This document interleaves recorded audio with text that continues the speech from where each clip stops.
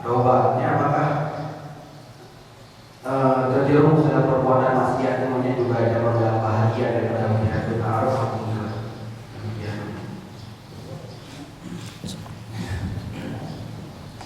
Yang ini juga pada lain berbeda antara ujian dengan ujian, cobaan dan balaan gekalan kepada kondisi urangnya. Yang urangnya tak secara zahir katnya urang taat, berarti yang gebian yang ujian dalam rangka untuk gepeiglah. Tapi yang urangnya tak kondisi zahir katnya urang maksiat atau urang berbuat dosa, yang gebian bala ke katnya kan ujian untuk peiglah. Tapi tidak tertutup kemungkinan bila maksiat yang lakukan dibarengi oleh rasa penyesalan yang juga bisa mengantarkan kalian kepada makrifah. Tapi benar rasa penyesalan, karena itu dalam kalam hikmah hukum kepegah oleh Ibnu Athaillah berapa banyak maksiat yang mendatangkan atau mempusakai kepada kemuliaan. Berapa banyak amalan taat yang mengantarkan kepada kehinaan. Karena tidak orang taat, tapi lah mati katnya penuh ujub, lah mati katnya penuh ria, lah mati katnya berbangga-bangga dengan taat. Tidak orang maksiat dengan maksiat, tapi maksiat tiga ke maksiat langsung sadar. Atau nak maksiat mulang lah tapi sadar katnya, betul maksiat dia sadar le maksiat le sadar le bagian. Le ke maksiat, ingin sadar dari maksiat selalu merasa hina di hadapan Allah. Maka dalam kalam hikmah hukum itu letak maksiat yang bisa mengantarkan seseorang kepada kemuliaan. Di maksiatnya penyebab saja. Wijah ta'arufnya bisa jadi kadang-kadang melalui cara lain. Tapi tak kala ndih na tanda na indikator. Tak kala orang yang kembali kepada kebaikan.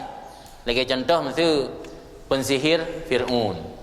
Yang cara gebuka makrifah oleh Allah, leh gepetalu sihir bak Nabi Musa, tunduk awaknya sujud di hadapan Musa, saat sujud gepedeh arah li Allah Taala. Watanya terbuka makrifat kawannya. Yang kadang kan pensihir sih, orang ahli maksiat. Jadi ahli maksiatnya jid ke maksiat termasuk salah satu sarana untuk terbuka makrifat. Artinya apa tak maksiat yang dengan maksiatnya gesesali kembali kepada kebenaran. Yang baru terbuka makrifat. Dia bergelimang dalam maksiat, kagak hadapi sabo bencana yang luar biasa gara-gara maksiat, malah menjerumuhkan nyalam kepada makin jauh dengan Allah, nya nak terbuka makrifat. Jina indikator, jita kalan ba urangnya, pugaknya gara-gara leh bubu maksiatnya enggak hadapi sabo musibah rujuk katnya kepada Allah, atau malah bergelimang dalam butnya. Yang jita kalan. Jadi yang tanda jih takalan bak kondisi katnya pu ahli maksiat atau ahli taat. Mengabala gebi ke ahli taat yang mutlak yang wijha madekal untuk makrifah, untuk ta'aruf atau babun untuk ta'aruf.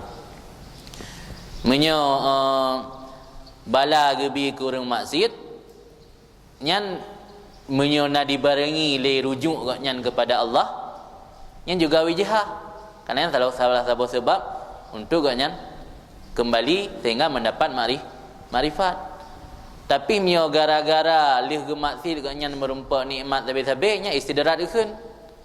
Istidratnya jebakan Allah dalam bentuk nikmat atau kebahagiaan semu gebili Allah ke orang yang maksiat sehingga terlena je dalam maksiat dan pernah kembali kepada Allah.